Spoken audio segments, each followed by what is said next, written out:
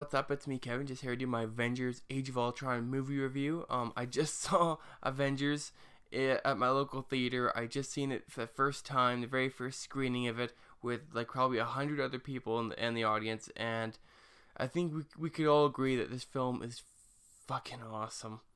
Like I can understand that some people had some problems with it, but this film was not meant to be based around the first Avengers. It's meant to be a sequel, but be completely different.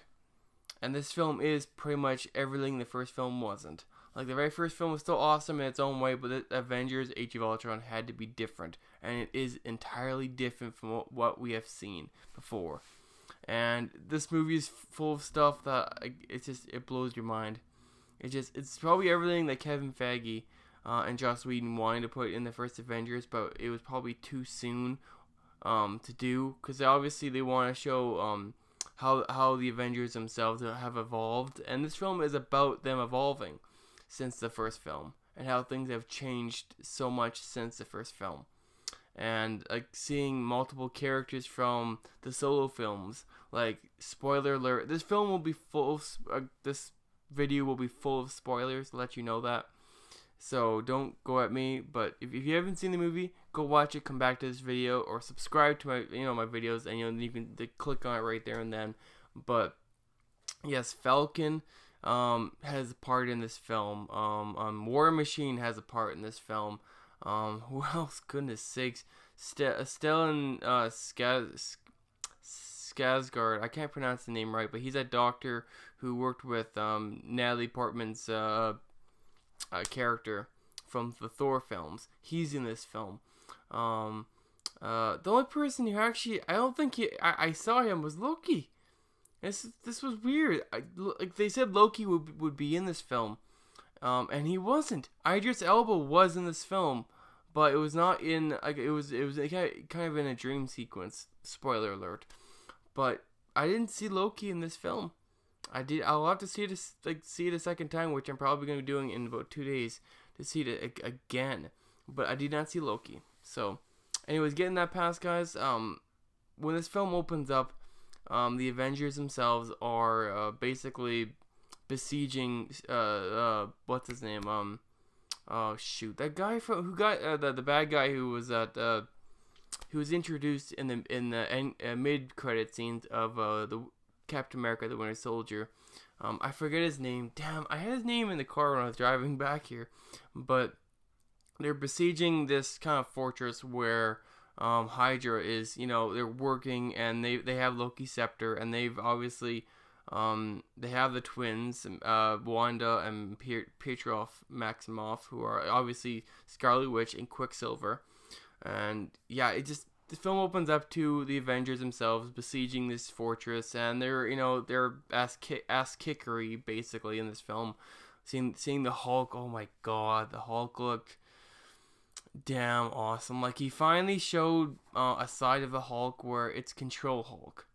It is Bruce Banner who's at least 50% in control of the Hulk, so he's able to aim the anger and destroy things. And I remember this one scene where Natasha asked, "Can someone deal with that bunker?" And then Hulk just freaking demolishes it.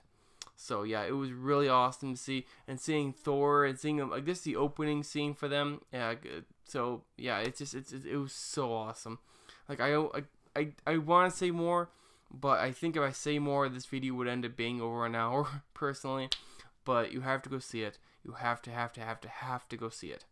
So it was so awesome to see the opening scene where they're besieging this fortress. Where it's not Stryker. It's damn it, I know the guy's name, but yeah, they besiege the fortress, and after they've destroyed pretty much everything, Tony Stark, aka Iron Man, goes into the fortress and finds out, like, he takes Loki's scepter, but he is also introduced to Scarlet Witch, who kind of fucks with his brain. Pardon the language. But yeah, he kind of screws with his brain and kind of makes him like think that he needs to go in that mode where, like, if you remember in Iron Man 3, he had that kind of like, he can't protect everybody, and he's kind of having those anxiety attacks where he can't protect everybody, he can't protect himself and family, and he gets in that kind of mode where he takes the Loki scepter after Scarlet Witch is basically screwed with her mind, and Scarlet Witch in this film looks awesome. Like her abilities, like she goes like this, she's able to just use her powers to destroy things. It was so awesome, and also mess with people, and their dreams. Because if every time Scarlet Witch messed with somebody in this film, there was always some kind of dream sequence that was created inside one of the Avengers' heads. And yeah, like there was one for Thor and one for Captain America, and there was always some scene. And spoiler once again, Haley Atwell does make an appearance in the dream sequence with Captain America when he is besieged by Scarlet Witch's abilities to manipulate the mind. So, and her abilities overall in this film are really awesome to see. I love what Elizabeth Olsen has done with this film, done with that character. It just looks so gritty and awesome and very powerful. Like she's able to consume all the power in every scene that she has. So, and also seeing Quicksilver in this film, which looks much different than the one that was used in X-Men: Days of Future Past. But even him in this film, his abilities do look different. Like instead of being what X-Men Days of Future Past version of Quicksilver was, where he's able to kind of just run on walls in slow motion. In this film, he does that, but in a different way, where he's still running and destroying things, and you're able to see what he does to people at such high speeds. And it's kind of hard to explain, but like I said, go see the film and you'll get why it's so hard to kind of explain his abilities. But they are different. They are definitively different than the Quicksilver that was used in X-Men: Days of Future Past. So, and at the beginning of this film, they are released. So, like obviously in Captain America and the Winter Soldier, we see Scarlet Witch and Quicksilver in cages. Freaking out about their powers and stuff, and that's it. But in this film, they're released. They have their own clothes on, their own thing, and Hydra basically unleashes them on the Avengers. Which this sequence was awesome to first see Quicksilver actually run and take out Hawkeye in this film. It was just so great. So yeah, like getting back to Stark, he ends up taking the scepter. They basically win the day, and Thor comes in saying, "Okay, I have to take Loki's scepter back to Asgard," but Tony Stark, being that his mind was warped by what Scarlet Witch did to him, he convinces Thor to keep it on Earth for maybe a couple of days to do some tests. And so he ended up taking the scepter back to Avengers Tower, which looks awesome. It looks more diverse than the Avengers Tower that we saw in the first Avengers film. It looks like there's a lab, there's a living space, there's a much more open area per se. In the Avengers Tower itself, seeing the Quinjet was really awesome, which was like, it looks so awesome. Like I'm trying not to say like everything looks awesome in this film. It looks futuristic, it looks modern, looks much more evolved, like I said, since the first film. And also seeing Maria Hill, and we do see Samuel L. Jackson back in this film, and he plays a pivotal role in this film too. I think it's a secondary, primary role. So, but like I said, he takes the scepter back to Avengers Tower, where he ends up finding out he kind of experiments, and they hint that he's been trying to create a peacekeeping program, and he hasn't been able to get it off the ground. Which this peacekeeping program was called Ultron. But he finds out the scepter actually has some kind of intelligence in it. So Banner is convinced. It's like, okay, we could work on this. Maybe we can create this peacekeeping program. They try to interface the somewhat intelligence that is inside the stone in Loki's scepter, and they unwillingly create Ultron. But it's kind of weird in a sense to say that Ultron is created in a very his whole mind is templated after Tony Stark, and then he becomes very corrupt, because the very first being, like, spoiler alert, Tony Stark and Bruce Banner, they work on the stone trying to interface the intelligence that's within the stone to the computers. They fail. They go to party it up, and then once they leave, Jarvis takes over, still trying to figure out the stone.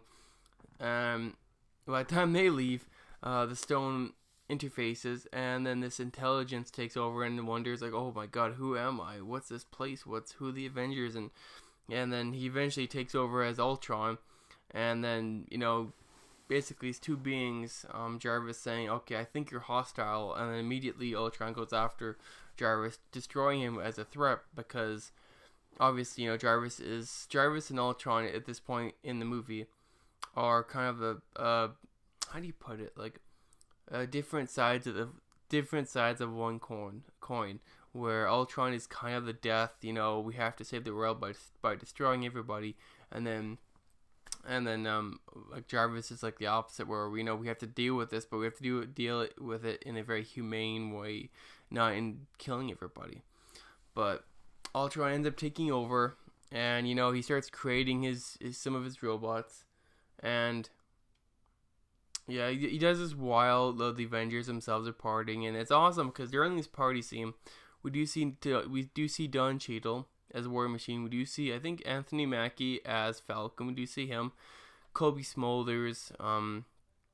I think that's it. Like we do see, like I said, those characters back. It was awesome to see them because I was very afraid that we wouldn't see Falcon in this film. It's like, why wouldn't we see Falcon? Because he left with Captain America. So, like, he does play a somewhat pivotal role. It's very minor, but he's still, by the end of this film, he does become an Avenger. Put it that way.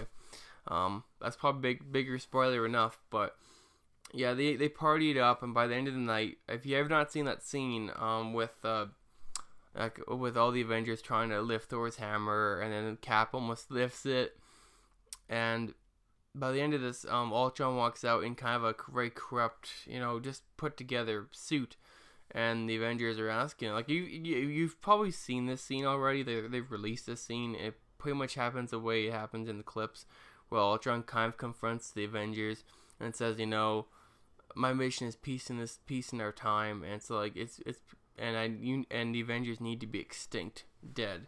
So at this point, these big robots come shooting through the walls, and then the Avengers start fighting these robots, and this scene was so good too. Like, God, it's just so, like, the choreography in this film was so good for each character being different. Like, obviously each character is different and they fight in their own styles, but they work together. That's what was key in this film. They work together. So yeah, the whole action scene was good.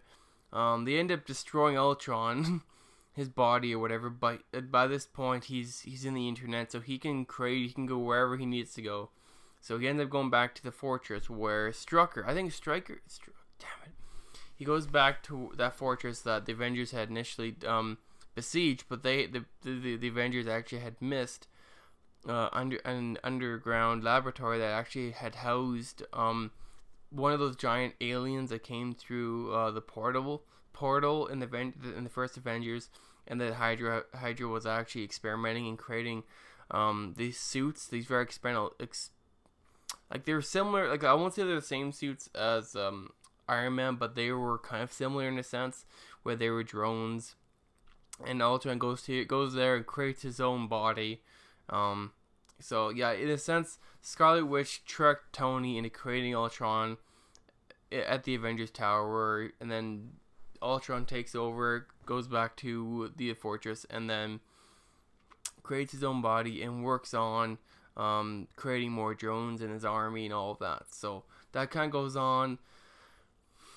So yeah, Ultron in this film with Spader is really good. I do like the voicing. I did find, like, I liked Ultron. If I had to mark him out of 10, I still gave him an 8. Like, I know in the animated series, Ultron is such a baddie. Such a baddie. In this one, he is a baddie, but he's a baddie with a sense of humor. With a very sick sense of humor just because his whole being has been, his personality has been templated after Tony Stark. Like, he doesn't like that. He knows that because he says stuff like Tony Stark. But, like, he's like the opposite of Tony, where, Tony wants to save the world. But, like I said, different sides of the coin. So, but this Ultron is really good. I really enjoyed seeing Spader voice him in the visual effects, seeing them fight. These fight scenes were just unreal. So, with the Avengers, they eventually, they come together, they talk, and say, okay, Tony, why did you create this? Like, after we said you didn't tell us anything, it's like we had to keep it secret, Banner and me. So yeah, like it's pretty intense at this scene, saying, why didn't you tell us we're supposed to be a team? Thor does get pretty necky with Tony basically in this scene, but Tony, his mind was warped, so he really couldn't help himself. But he does eventually, make amends with the team, and they go after Ultron, where they know Ultron, they know where he is and stuff like that. He's all over the internet, so they can track him. But like the worst thing is that he can be, one of his bodies can be destroyed, but he can only build more. So for every one body, it's like Hydra. So for every one head you kill off, there's always two more or three or whatever or more. So, and they find out that he's actually wanting to make something out of vibranium. So they go, like, obviously, there's a character of Ludius Claw. Like, he's kind of a tie-in with Black Panther and Wakanda. And Wakanda is referenced in this film as being the origin place of vibranium. And yeah, so Ultron goes after the last source of vibranium, which Claw has, who went to Wakanda, took what was left of the vibranium. Claw is played by Andy Serkis, which was awesome. I love Andy Serkis. He's such an awesome character of a person. Even a person himself, he's just such a good person. But he plays the character really well. He gets, Ultron goes after him, asking, okay, where's the vibranium kind of thing. And it's like, okay, he gets the vibranium. He kind of confronts Claw, and then the twins kind of confront Claw, and it's like, yeah. So there's a lot of drama in this scene too. Between like the twins and Claw, and what happens when the Avengers eventually show up, and they kind of try to wheedle what's going on with Ultron, why he wants adamantium. But like in that scene that was released once again, being that many clips were released, Ultron is very humorous, saying, oh yeah, I'll tell you about my evil plan, and pulls Tony Stark with his abilities or some kind of gravity ability where he's able to shoot Iron Man off and then give you some kind of fire beaming stuff from his fingers. Yeah.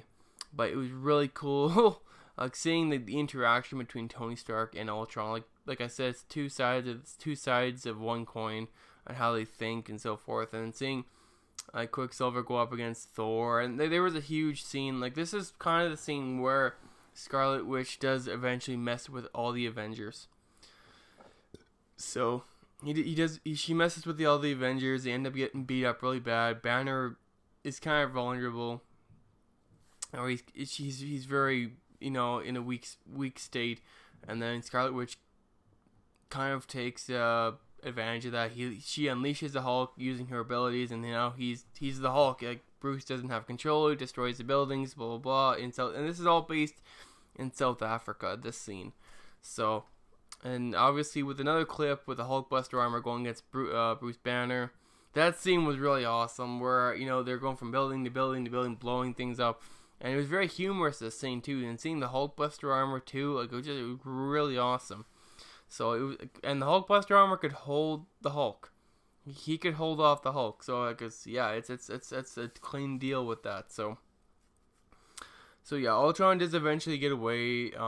He gets away with the vibranium, and then all the Avengers are kind of scattered, because their brains have been like warped once again, and they can't really think straight, and they eventually have to go away. And we do learn in this film that Clint Barton has a family, because they eventually stop at where Clint Barton lives, and they actually notice that his family. And this really hurt me, because I was really scared that Clint Barton would actually be the one killed off in this film. Just because we're introduced, and 9 times out of 10, whoever's really introduced to someone's family, they end up dying in that film. But he doesn't die in this film. Spoilers. So I will let you know who does in this video. So don't relax. But like I said, it's full of spoilers. So if you don't want to hear anymore, go watch the movie and come back. But like I said, like this, they eventually go away, and they kind of console each other. Samuel L. Jackson makes his parents trying to be kind of the counselor of them all. It's like, you guys have to come together. You have to find out what's going on. with Ultron, what he wants to do with the vibranium. They do eventually know that he wants to create a body that is impervious to everything. So yeah, so it is going to be very interesting what was going to happen with that. And yeah, so my apologies there, my screen kind of like went off. So but they they eventually they do come together, and they find, okay, we have a common enemy and we have to come together. So they eventually leave again on the Quinjet, but this time they're working together. They know what they have to do. So yeah, they go after Ultron, and Ultron is basically at the lair from which they besieged the Hydra at, and he finds out they're actually with this huge underground factory where Ultron had created a new body, and he also created a huge freaking army, and then created pretty much, how do you put it, like underground space engines, or what do you, no, they were like sorry, it was like a reactor of some sort that would raise a large amount of ground off the ground, like a large piece of land, which ended up being half a city in this one. So in Slovenia, or the birthplace of the twins. So the Avengers end up finding out that they have to, how do you put it? You have to stop Ultron, obviously, and they don't know Ultron had this plan. Ultron starts lifting the ground off the ground or whatever, and then the Avengers are fighting. They come together. They truly come together, and then how do you put it? Like a Scarlet Witch. And I will get to Vision, so don't worry about it. I will get to Vision. I'm trying to get through everything in this video. So, and hopefully it's not going to hit like 30-minute plots, but it might. But we do, like, Scarlet Witch, there's a spoiler scene, kind of, I'll explain, where Ultron, obviously we know from the comics Ultron creates Vision, but in this kind of version, Vision never was really originally created. His body was created, but Ultron wanted to be he wanted his brain and himself to be made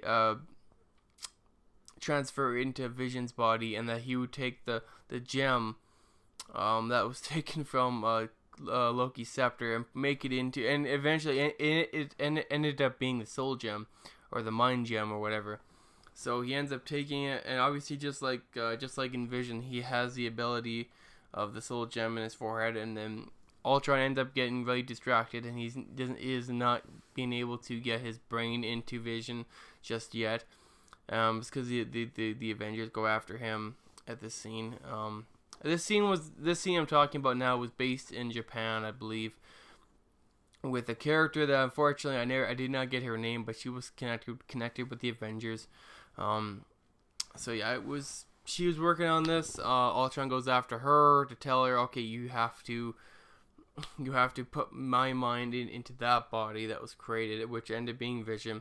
They end up using the scepter to, use it just like they used it in Clint Barton in the first Avengers, where they, make her do it, just because they use, manipulation with the Loki scepter. So she ends up working on that, and then she gets, how do you put it? The twins end up walking in on this little fiasco, and then she ends up getting reading a part of Ultron's brain, because being that the body of Vision was organic, she could read it, and about 30 or 40% of his brain was already in Vision, so she could actually read him, because she could never read him while he was a metal, a metal thing or whatever.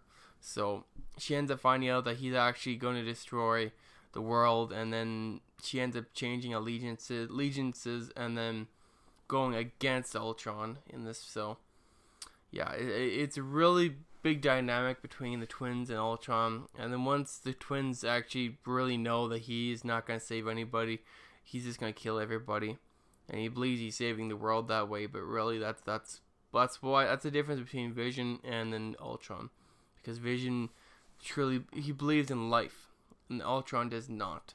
So once the twins know about this, they kind of Scarlet Witch uses her ability to take off the ability of the Loki scepter on the Doctor. She halts the process of his brain being transferred. They run away. she almost gets killed, the Doctor, but he does not get his brain transferred into Vision. And at this point, the Avengers end up getting the body of Vision during a huge battle sequence with Ultron, who ultimately fails to do what he wanted to do, but he loses Vision's body, and yeah, so that's the best way to describe it. But the action scenes in this movie are very, very how do you put it? Disciplined. Like they never make any big scenes without there being some kind of drama that has to be defined. You know, like for every drama scene, there has to be an action scene that has to define that drama scene. There can't be an action scene bigger than that drama scene, or it's more of like a Michael Bay film. So, but ultimately, the Avengers do get the body of Vision, and then Tony kind of gets tongue over again, or gets kind of twisted, saying, we could, like, how do you put this, like, at this point in the film, Jarvis is found. Jarvis, like I said, was kind of destroyed by Ultron. At the very start, when Ultron is first realized, and he ended up destroying Jarvis because he believes he's a threat. But Tony was able to piece him back together, and then have an idea that we could actually put Jarvis inside the body of the Vision.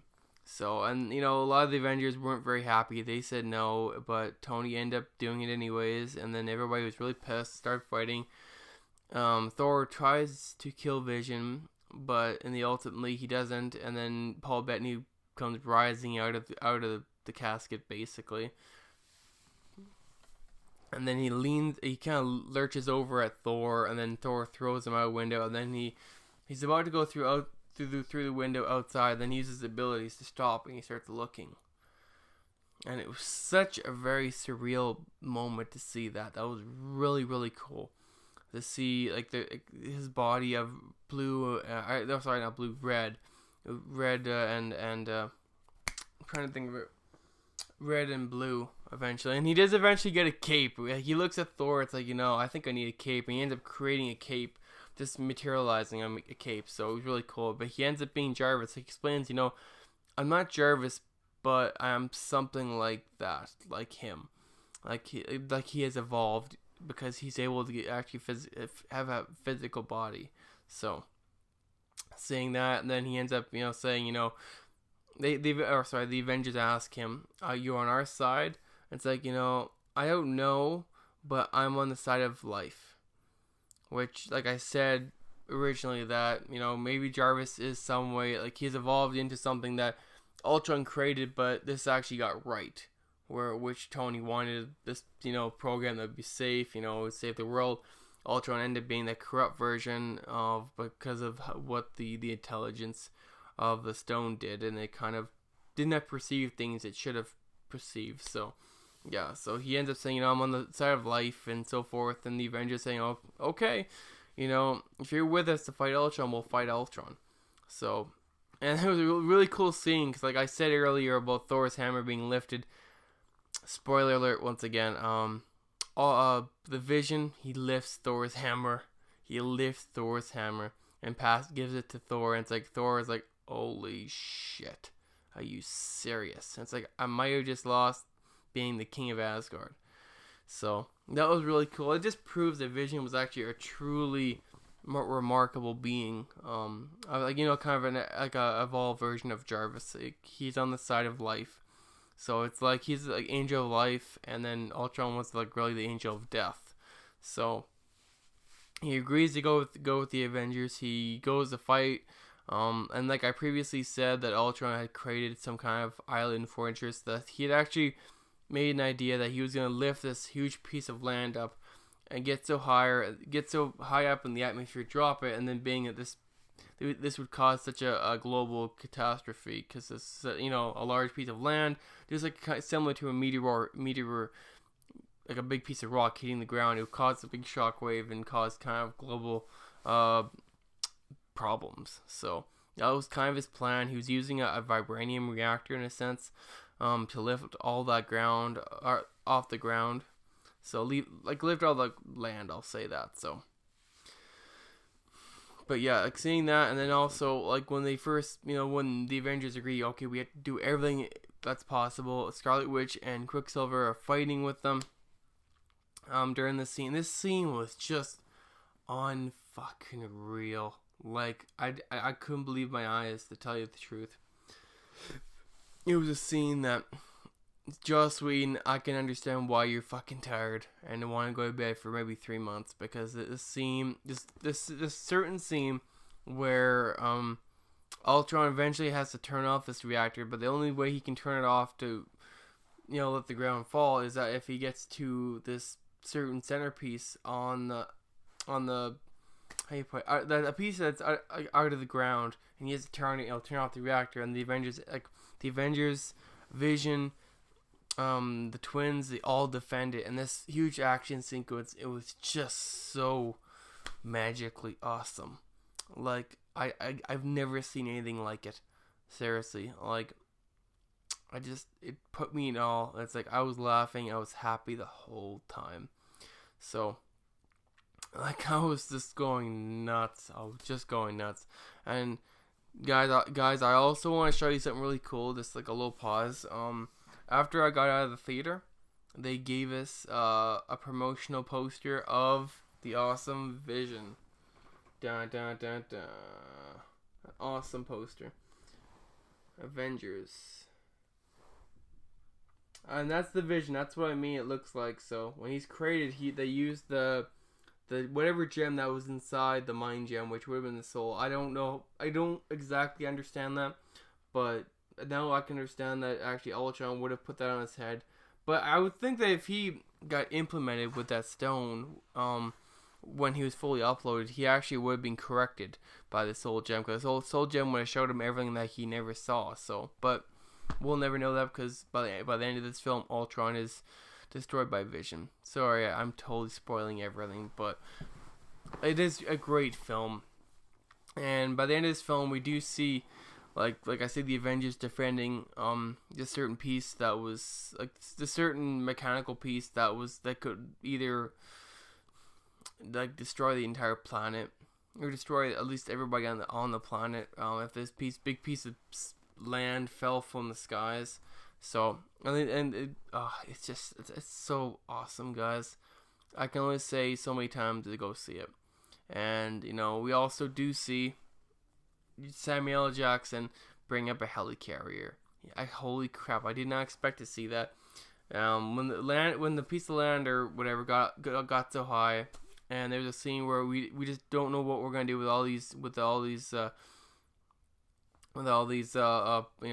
refugees that are stuck on this giant piece of land rising out of the ground, and the Avengers don't know because they have no end game. Like there is no end game that's gonna save everybody. Either the ground falls and kills everybody, or we blow everything up and it kills us and the people there. But a great, awesome solution to that was the helicarrier. Samuel Jackson as Nick Fury was able to get a helicarrier where he was able to get refugee jets of some sort, take refugees off the piece of land, get them on the helicarrier. Ultron doesn't like that. He sends drones to attack. Oh my god, my camera is totally not focusing the way it should. But Ultron sends drones to attack the helicarrier, and then it's like Nick Fury says, "Show him what we got. We got the fucking War Machine." The War Machine's Jim Rhodes starts attacking. It's like, yeah, here we go. Come on, give me some more. It was really awesome to see War Machine, see other characters involved in this film. So, seeing the interaction with Jim Rhodes and then seeing Falcon a little bit, it was really, really cool. Like, we just seeing that the evolution of the Marvel Cinematic Universe, seeing that it's just not the Avengers, it's everybody else too.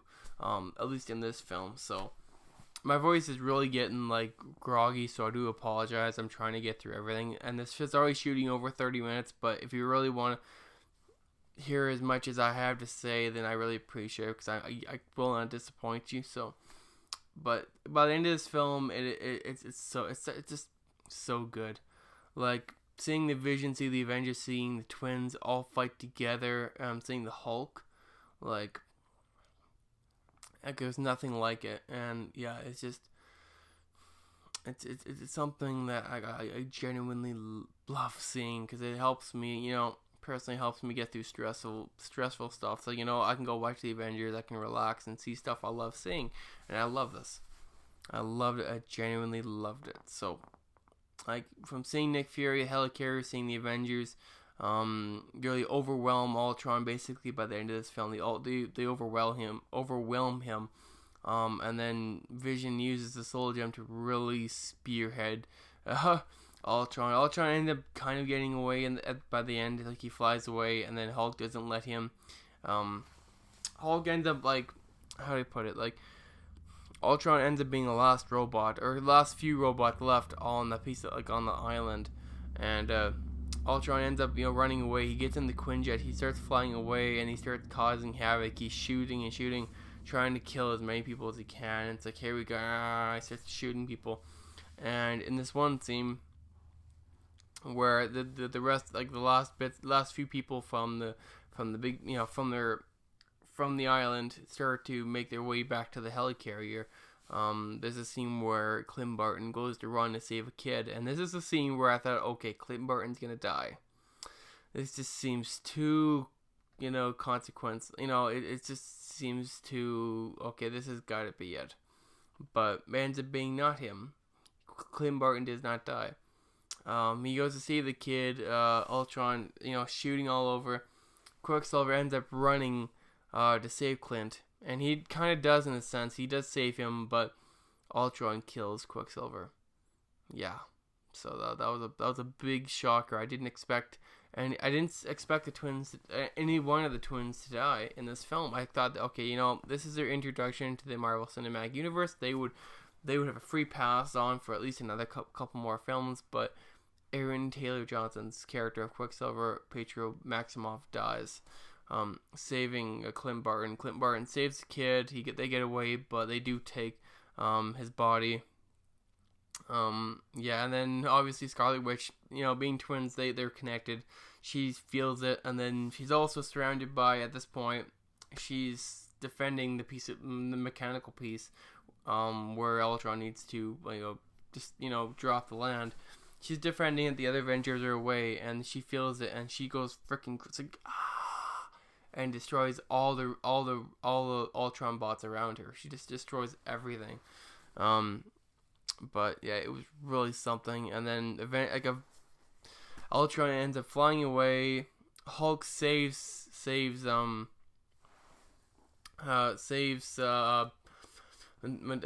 Black Widow from the scene that they were being attacked by Ultron once again. Like, it's kind of hard. I'm trying to give pieces as much.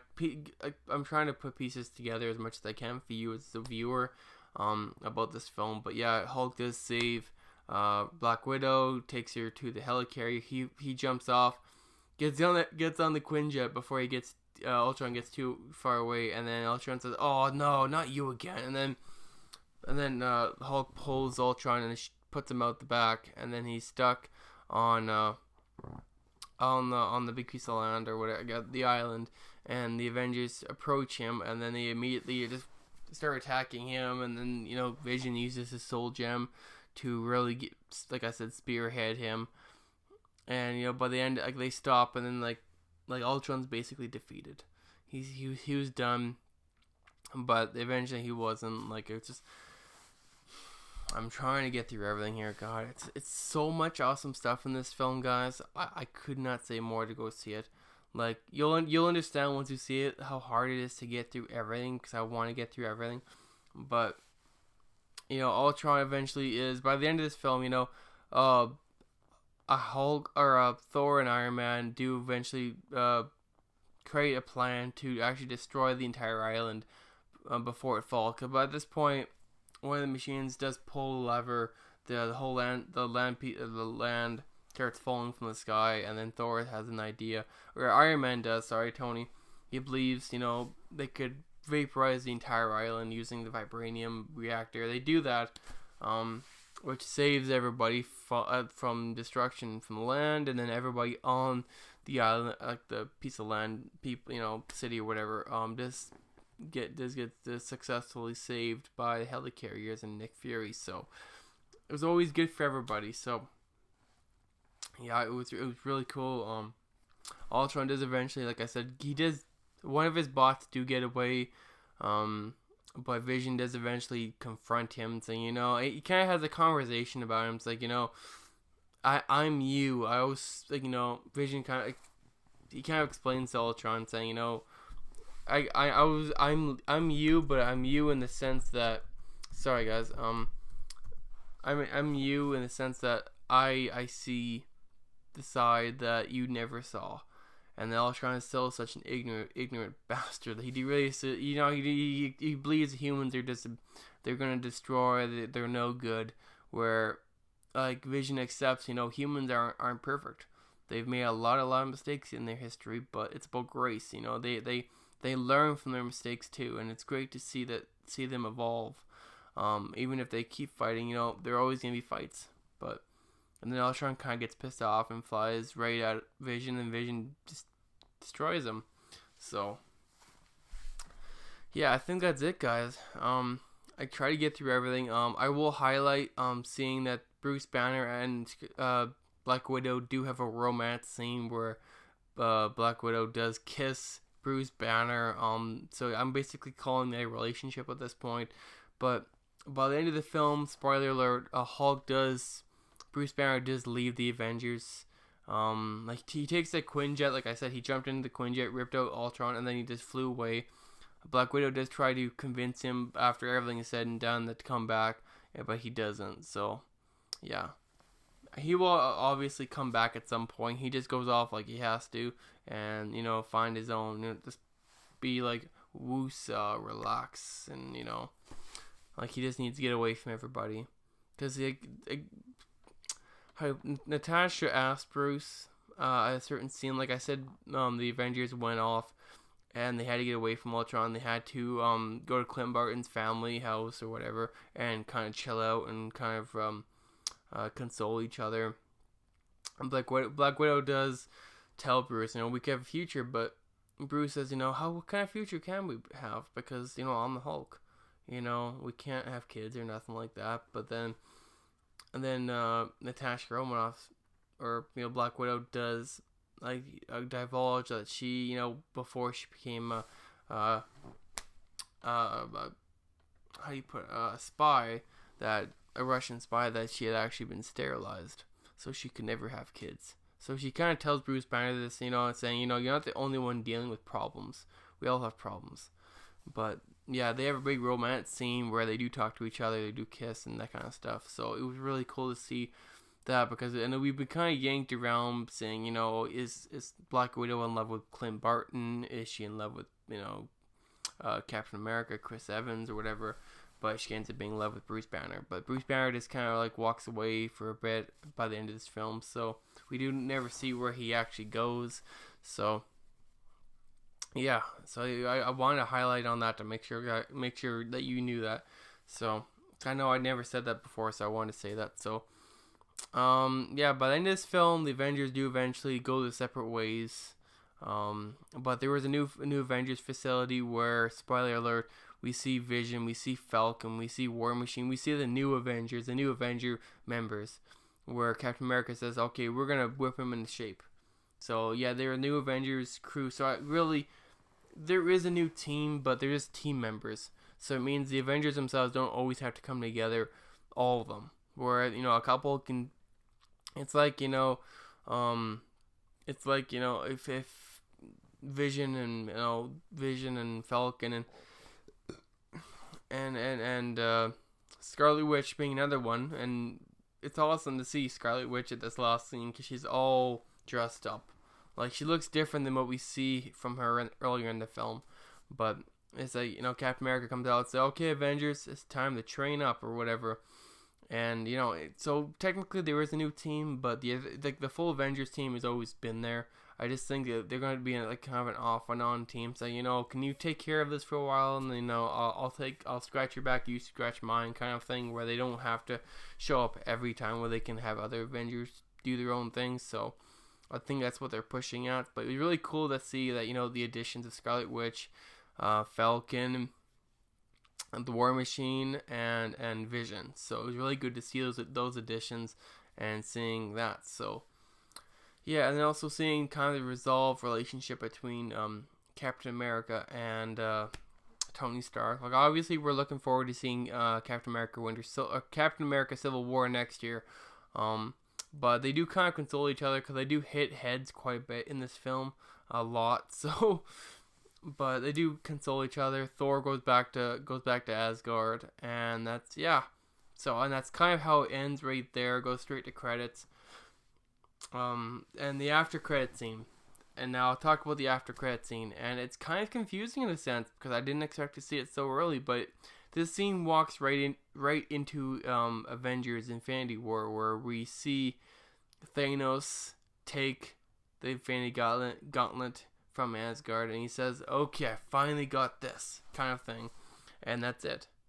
So that's kind of the last scene. I'm kind of surprised that they gave it up so early, but being that like there is no film between now and then that's so more related to Infinity War, so it's probably where they probably want to start off saying, you know, that Thanos has the glove, now he just has to collect the stones.